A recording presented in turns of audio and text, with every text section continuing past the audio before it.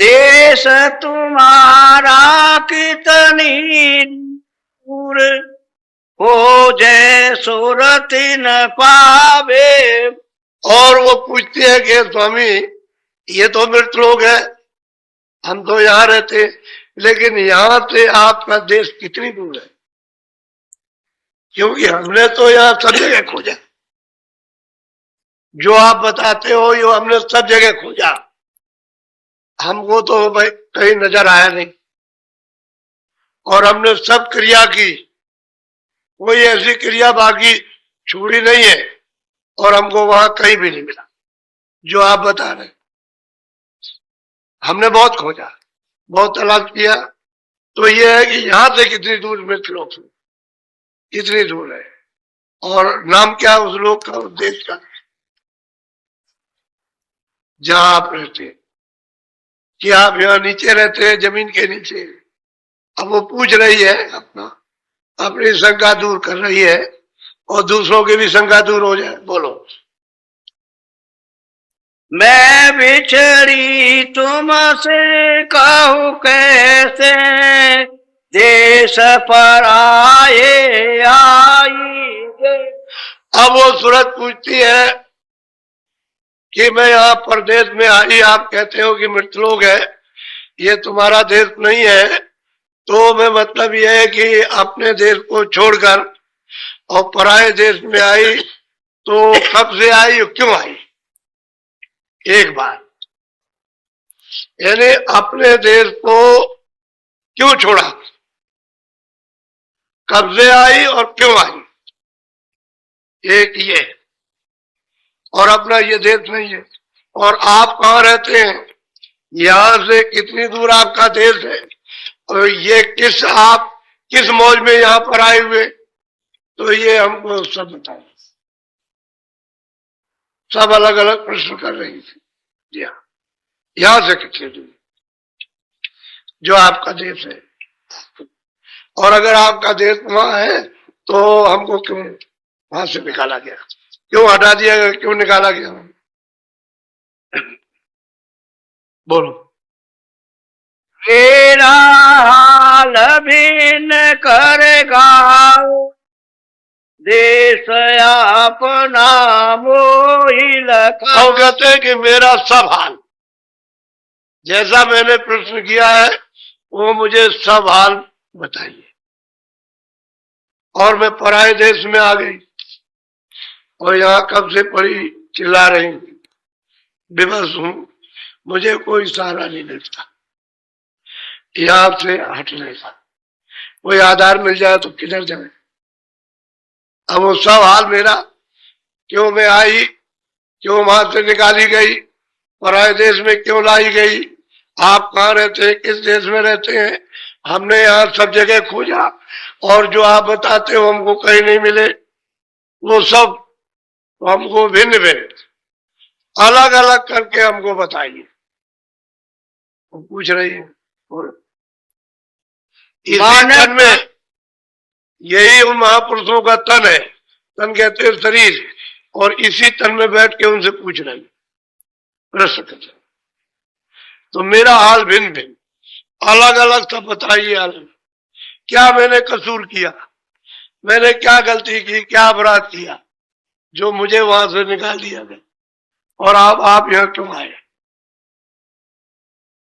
किस मौज में आए, क्या करने में, अब क्या जरूरत पड़ी कि वहां चलो, ये तुम्हारा घर नहीं है, तो मेरा घर नहीं है, तो मैं वहां से क्यों निकाली गई? तो सब अलग अलग पूछ रहे। बोलो।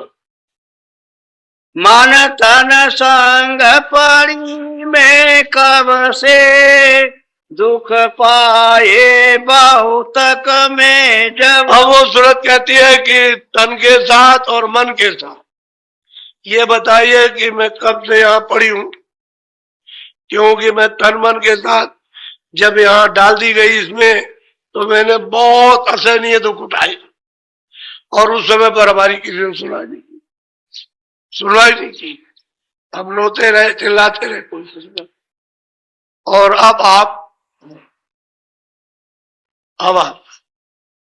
तो ये हमको पहले अलग अलग करके हमको बता दी। पूछ रही हूँ, बोलो। क्यों भूली मैं देश तुम्हारा, आई पड़ी परदेश ने। और सूरत पूछती है कि स्वामी आपका देश मैं क्यों भूल गई, और वहां से जब निकाली गई परदेश में तो वहां क्यों नहीं जा सकी, वापिस क्यों नहीं लौट सकी, यही की क्यों रह गई इस परदेश में? क्योंकि बात तो सही है कि परदेश तो परदेश ही है, अपना घर तो अपना ही घर है। लेकिन देखिए कितना अद्भुत यानी मतलब प्रश्न है, और उनसे कर देंगे यदि हमको अलग अलग हिंद भिन्न करके हमको बता दिए तो हमारी समझ में आएगा, ये हमारी समझ में क्यों आएगी? फिर यह है कि परदेश में आई तो हमने इसको अपना देश क्यों बना लिया, अपना क्यों बनाया? और जो चीज मिलती है वो हमारी है, हमारी है, हमारी है, ये ऐसा क्यों हुआ हमारे साथ? बोलो। पाताल बसो के मृत्यु लोक में, स्वर्ग बसो के ब्रह्म लोक। अब वो सूरत पूछती है कि आप पाताल लोक में रहते हैं कि मृत्यु लोक में रहते हैं कि स्वर्ग लोक में रहते हैं, क्या आप विष्णु लोक में रहते हैं? आप इन लोकों में आप वहां रहते हैं? वो पूछती है अपनी शंका दूर में के क्या आप इन्हीं लोक में रहते हो, वही आपका घर है, स्थान है, देश है? बोलो।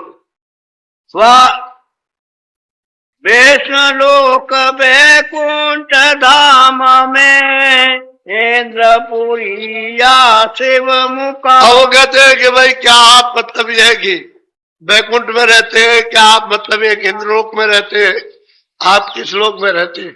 सब अलग अलग करके पूछ रहे, क्यों कि इन लोकों में उसने सबने ढूंढा और जो ये बताते वहां नहीं मिले, तो वो पूछती है कि पाताल में कि मृतलोक में कि यहाँ विष्णुपुरी में, किस शिवपुरी में कि ब्रह्मपुरी में, किस जगह पर है, कहा किस जगह किस लोक में रहते हैं? वो प्रश्न करें, बोलो। कृष्ण लोक या राम लोक में, प्रकृति लोक या पुरुष लोक। अब वो पूछते हैं भाई कृष्ण लोक में आप रहते हैं कि मतलब यह है कि राम लोक में रहते हैं, आया प्रकृति लोक में रहते हैं, आप किस लोक में आपका निवास है? अब वो पूछ रही है कि इन्हीं लोकों में आप किसी में है कि इनसे भी कोई अलग लोक है? बोलो। या तुम व्यापक सभी लोक में, चार खान चर अचर। अब वो पूछ रही है कि स्वामी क्या आप सर्वत्र आप ही व्यापक है? फिर जब आप व्यापक है, यहाँ सब में व्यापक है, तो क्या चारों खानों में भी है? इंद्र पंजर तुखबज अस्तावर चारों खानों में 84 लच्यूनियों में तो आप सर्वव्यापी है, तो नरकों में भी आप ही, क्या वहां निवास है आपका? यानी उस लोक में रहते हैं, नरक लोक में? वो पूछती है कि किस लोक में आपका वास? बोलो। क्यों मोहि डाला काल लोक में, अति भर माया हर्ष सो। अब पूछती है कि स्वामी जो आप कहते हो कि भाई तू आकर परदेश में फंस गई और तुझको काल दंड देता है, तो क्यों डाला मुझको काल लोक में, यहाँ क्यों भेजा गया? और मुझे अत्यंत ज्यादा भरमा दिया और शोक, व्याधि, पीड़ा, जलम, मरण मेरे साथ लगा दिए गए, तो हमें हमेशा जलमती मरती जलमती मर, ऐसा मेरे साथ में क्यों मुझको डाला गया यहाँ? अब ये प्रश्न एक एक है अलग, कि आप अपना परिचय दे दीजिए, बोलो।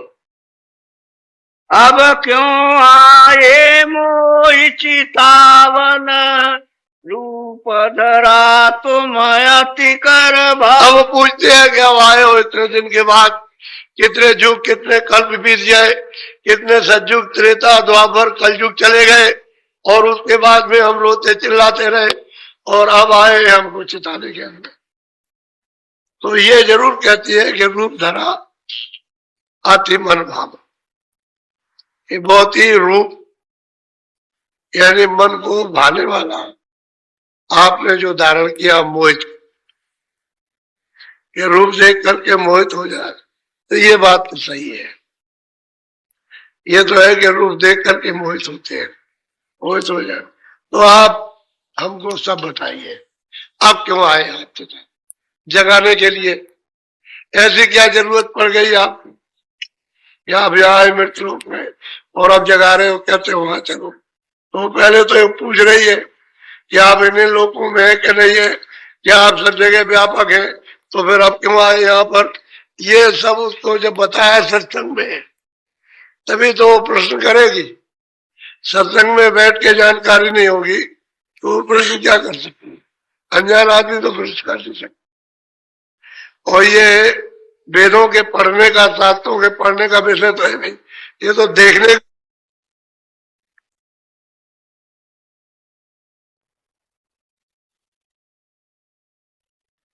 समय उससे हित हो जाएगा, हमेशा उनसे हित होगा।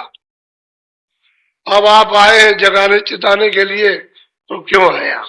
बोलो। मैं दासी तुम चरण निहार, वेद देव तुम अपने। अब बड़े दीनता के साथ कहते हैं कि मैं आपकी दासी, हे स्वामी मैं आपकी दासी हूं, मैं तो आपके चरणों में लग गए। मुझे अपना पूरा पूरा भेद सबका सब दे दीजिए, बता दीजिए, जो हमने पूछा वो सब है बताइए, तो हमारी सब शंका निर्मूल हो जाए, कोई शंका रह ही न जाए। बोलो। तब हसे शब्द स्वामी बोले, सुनो सूरत तुम में कहूं खोले। अब वो स्वामी हंस करके बोले और कहा कि सूरत तूने मेरा भेद पूछा है, तो बहुत प्रसन्न होकर के बोले कि अब मैं तुझे सब बताऊंगा, अब तू सुन ले, मैं खोल करके कहता हूँ। बोलो। जो तू पूछे भेद हमारा, कहूँ सभी अब कर भी। अब तूने अगर हमारा भेद पूछा है सूरत, कहते हैं सूरत तूने मेरा भेद पूछा है तो मैं विस्तार से बताऊंगा। अब मैं तेरे प्रश्न का पूरा उत्तर दूंगा विस्तार से, और तू उसको अच्छी तरह से सुन ले, समझ ले। बोलो।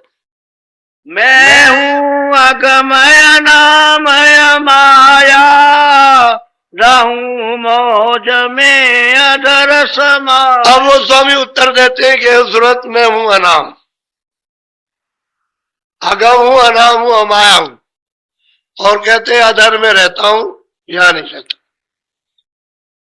मेरा यहाँ कोई देश है, मैं अनाम हूं, अरूप हूं, अगम में रहता हूं, यहां नहीं रहता। बोलो।